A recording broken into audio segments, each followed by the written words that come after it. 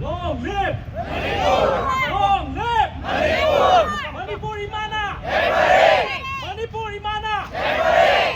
We want peace! We want peace!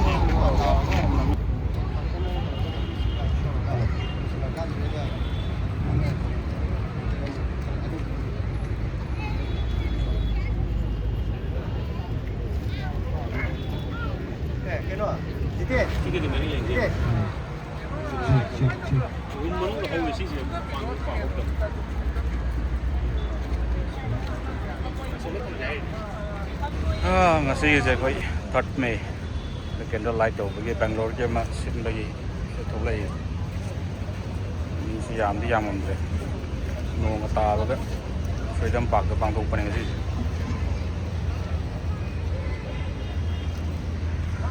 si pang tu je na KMA maybe bam sa pula ka pang thuk pani ngasi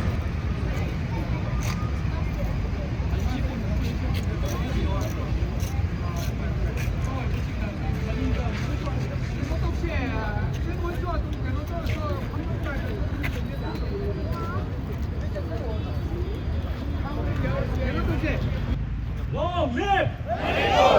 Long live Manipur! Manipur Imana! Manipur Imana! We want peace! We want peace!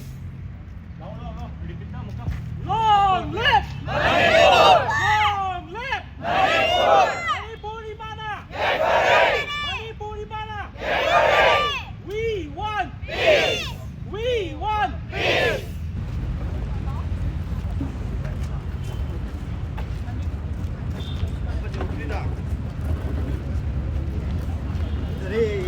Okay, good, very good.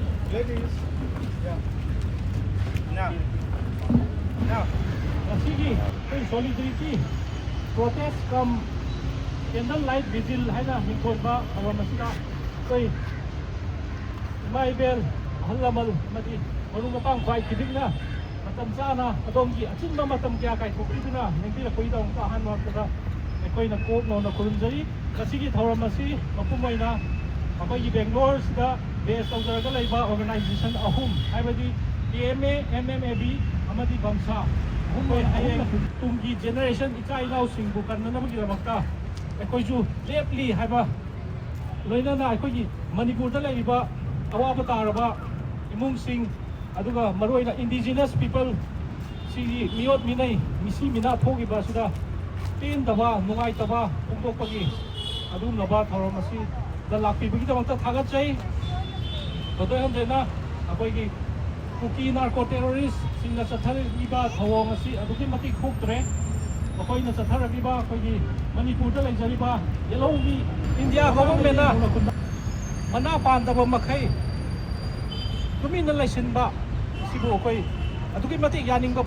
ꯌꯥꯅꯤꯡꯗꯕ ꯐꯣꯡꯗꯣꯛꯆꯩ ꯄꯦꯟꯗꯕ ꯐꯣꯡꯗꯣꯛꯆꯩ ꯀꯔꯤꯒꯨꯝꯂꯕ ꯍꯥꯏꯔꯤꯕ ꯃꯅꯤꯄꯨꯔꯒꯤ ꯏꯔꯥꯡ ꯑꯁꯤ ꯑꯇꯣꯞꯄ ꯂꯝ ꯍꯥꯏꯕꯗꯤ mainland ꯏꯟꯗꯤꯌꯥꯗ ꯊꯣꯛꯄ ꯑꯣꯏꯔꯝꯂꯕꯗꯤ ꯀꯔꯤꯁꯨ ꯅꯠꯇꯕ ꯑꯩꯈꯣꯏꯒꯤ ꯅꯨꯃꯤꯠ ꯈꯔꯅꯤ ꯅꯨꯃꯤꯠ ꯅꯤꯅꯤ ꯍꯨꯝꯅꯤ ꯃꯅꯨꯡꯗ ꯂꯣꯏꯁꯤꯟꯒꯗꯕ ꯑꯗꯨꯒꯨꯝꯕ ꯑꯣꯏꯔꯝꯕꯅꯤ ꯑꯗꯨꯕꯨ ꯑꯩꯈꯣꯏꯅ ꯃꯅꯤꯄꯨꯔꯒꯤ ꯃꯊꯛꯇ ꯅꯦꯒ꯭ꯂꯦꯛ ꯇꯧꯕ ꯑꯩꯈꯣꯏꯅ ꯁꯤꯔꯤꯌꯁꯂꯤ ꯂꯧꯗꯕ ꯁꯤꯒꯤ ꯊꯧꯑꯣꯡ ꯑꯁꯦ ꯑꯗꯨꯛꯀꯤ ꯃꯇꯤꯛ ꯑꯩꯈꯣꯏ ꯕꯦꯡꯒ꯭ꯂꯣꯔꯗ ꯂꯩꯕ ꯏꯆꯥꯁꯤꯡꯅꯁꯨ ꯄꯦꯟꯗꯕ ꯐꯣꯡꯗꯣꯛꯆꯩ ꯅꯨꯡꯉꯥꯏꯖꯗꯦ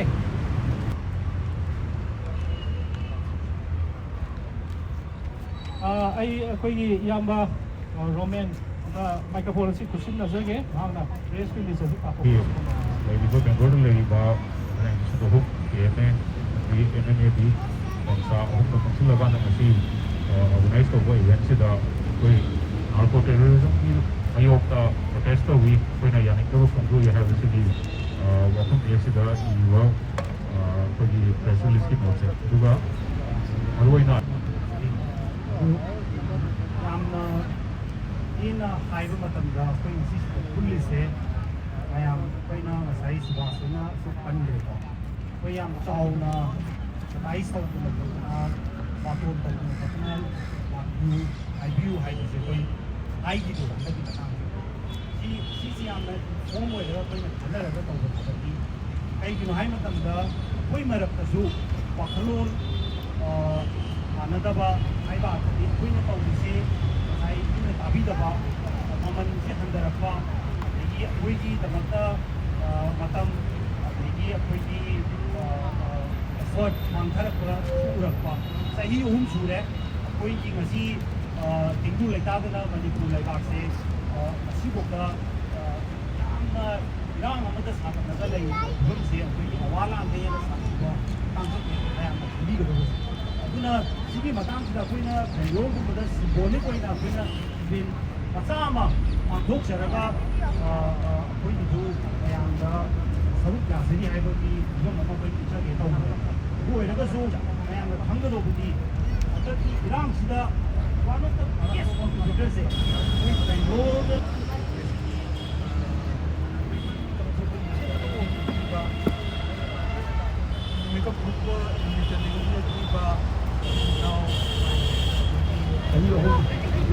ꯏꯁꯨꯁꯦ ꯑꯩꯈꯣꯏ ꯂꯣꯏꯅ ꯈꯪꯅꯕ ꯉꯥꯛꯇꯅꯤ ꯑꯗꯨꯕꯨ ꯏꯟꯗꯤꯌꯥ ꯒꯣꯔꯃꯦꯟꯅ ꯉꯁꯤꯐꯥꯎꯗꯤ ꯇꯥꯕ ꯂꯩꯇꯦ ꯃꯅꯥ ꯃꯦꯟꯖꯜꯂꯤ ꯍꯧꯖꯤꯛꯁꯨ ꯑꯗꯒꯤ ꯃꯆꯤꯟꯁꯨ ꯄꯨꯟꯁꯤꯜꯂꯀꯥꯟꯗ ꯂꯩꯕꯒꯨꯝꯕꯅꯤ ꯑꯗꯨ ꯑꯩꯈꯣꯏꯒꯤꯗꯤ ꯎꯄꯥꯏ ꯂꯩꯇꯦ ꯑꯩꯈꯣꯏꯅ ꯂꯥꯎꯕ ꯈꯣꯡꯕ ꯅꯠꯇꯅ ꯑꯩꯈꯣꯏꯒꯤꯁꯨ ꯑꯉꯝ ꯑꯉꯝꯕ ꯂꯩꯔꯤꯕ ꯃꯌꯥꯝꯅ ꯄꯨꯟꯁꯤꯟꯗꯅ ꯃꯅꯤꯄꯨꯔꯒꯤ ꯏꯔꯩꯆꯥ ꯃꯌꯥꯝ ꯂꯩꯔꯤꯕ ꯀꯣꯅꯔꯗ ꯂꯩꯔꯤꯕ ꯕꯦꯡꯒ꯭ꯂꯣꯔꯗ ꯂꯩꯕꯕꯨ ꯑꯣꯏꯁꯅꯨ ꯃꯐꯝ ꯀꯗꯥꯏꯗꯕꯨ ꯂꯩꯕꯕꯨ ꯑꯣꯏꯁꯅꯨ ꯑꯩꯈꯣꯏ ꯃꯌꯥꯝ ꯄꯨꯟꯁꯤꯜꯂꯒ ꯌꯨꯅꯤꯇꯤ ꯑꯃ ꯁꯥꯒꯠꯄ ꯍꯥꯏꯕꯁꯦ ꯑꯩꯈꯣꯏꯒꯤ ꯇꯉꯥꯏꯐꯗꯕꯅꯤ ꯑꯗꯨꯅ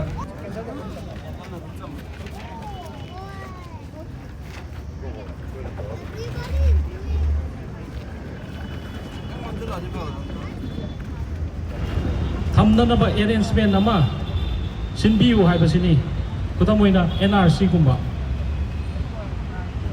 ꯃꯁꯤꯁꯤꯡꯁꯤ ꯂꯩ ꯑꯩꯈꯣꯏ ꯗꯤꯃꯥꯟꯗ ꯃꯁꯤꯗꯒꯤ ꯍꯦꯟꯅ ꯈ꯭ꯋꯥꯏꯗꯒꯤ ꯃꯔꯨꯑꯣꯏꯕ ꯗꯤꯃꯥꯟ ꯑꯗꯨꯗꯤ ꯑꯩꯈꯣꯏꯒꯤ ꯃꯅꯤꯄꯨꯔꯗ MLR LR Act ꯍꯥꯏꯗꯨꯅ ꯂꯩꯔꯤꯕ ꯆꯍꯤ more than so many decades ꯁꯨꯃꯥꯏꯅ ꯏꯟꯗꯤꯌꯥꯅ ꯏꯟꯗꯤꯄꯦꯟꯗꯦꯟꯁ ꯐꯪꯉꯛꯄꯗꯒꯤ LR Act ꯍꯥꯏꯗꯅ ꯑꯩꯈꯣꯏꯒꯤ ꯂꯝ ꯂꯩꯕ ꯌꯣꯟꯕ ꯑꯁꯤꯗ ꯔꯦꯁꯇ꯭ꯔꯤꯛꯁꯟ ꯊꯝꯗꯅ ꯑꯩꯈꯣꯏꯒꯤ ꯌꯦꯜꯍꯧꯃꯤꯁꯤꯡ ꯑꯁꯤꯒꯤ ꯃꯔꯛꯇ ꯑꯩꯈꯣꯏꯒꯤ ꯗꯤꯁꯄꯦꯔꯤꯇꯤ ꯑꯟꯏꯀ꯭ꯋꯦꯜ ꯑꯣꯏꯕ ꯑꯗꯨꯒꯨꯝꯂꯕ ꯑꯥꯏꯗꯤꯌꯥ ꯑꯃ ꯁꯥꯒꯠꯄ ꯂꯩꯅꯤꯡꯕ ꯂꯩꯕ ꯉꯝꯗꯕ ꯌꯣꯟꯅꯤꯡꯕ ꯌꯣꯟꯕ ꯉꯝꯗꯕ ꯑꯁꯤꯒꯨꯝꯂꯕ ꯇꯝꯊꯤꯔꯕ ꯑꯦꯛ ꯑꯁꯤꯕꯨꯁꯨ ꯑꯩꯈꯣꯏ ꯔꯤꯚ꯭ꯌꯨ ꯇꯧꯕꯤꯌꯨ ꯑꯃꯁꯨꯡ ꯃꯁꯤ ꯌꯥꯔꯒꯗꯤ ꯁ꯭ꯀ꯭ꯔꯦꯞ ꯇꯧꯕꯤꯌꯨ ꯍꯥꯏꯕꯁꯤ ꯃꯁꯤ ꯑꯩꯈꯣꯏꯒꯤ ꯗꯤꯃꯥꯟ ꯑꯣꯏꯒꯗꯕꯅꯤ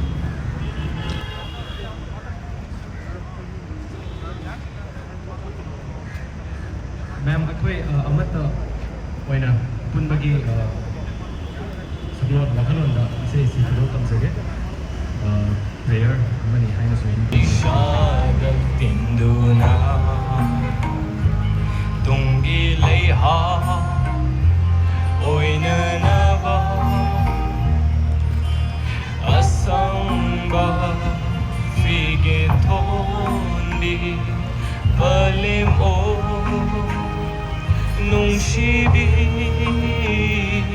Manipur Manipur. Manipuri mana? Manipuri mana? Thank you, ma'am. Pemilihan ini kita eliminasi, ma'am harus.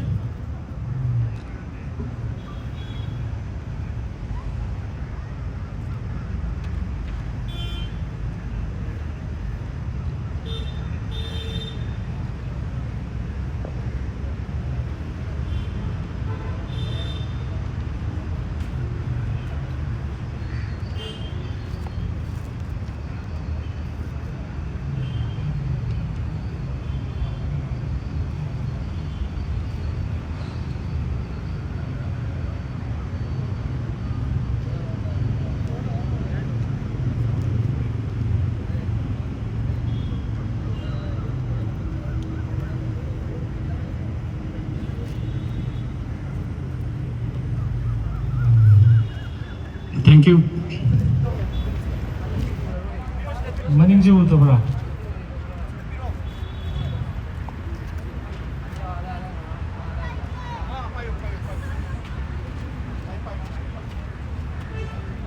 Long live Manipur! Manipur ki naam khai? Manipur ki naam khai? Manipuri mana? Manipuri mana? We won! We won! Thank you so much. Matang soy te koi kaina si mayam ingasi na program si loi pau saruk yabi bagi ta mata thagat sari aduga loina na akoi na ai ta singja langja ba si da soi ngam yaur basu ngapiu aduga loina na kariba suggestions lai abadi feedback lai abadi madusu akoi mayam chokhan din na bagi ta mata khona si chokhan na bagi ta mata mayam ki idea su share to view ki hajaraga matang sida kai program se lo sinjaya. Thank you so much. Dia juga tak lah main dengan sini dia. 这是我们是不谢谢，我妈的开这个给，我妈是来的。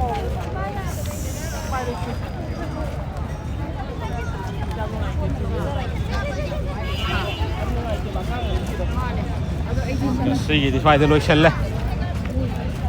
Illi ke gino da. Saur ba. Ha. Yum chala se. Tara da bari. Kai pharo ba phanga ba. Ungi ba.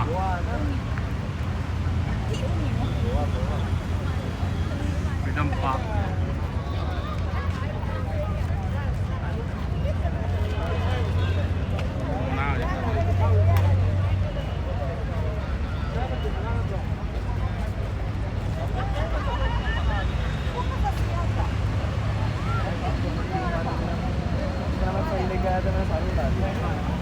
Hello, Shalaji, hello,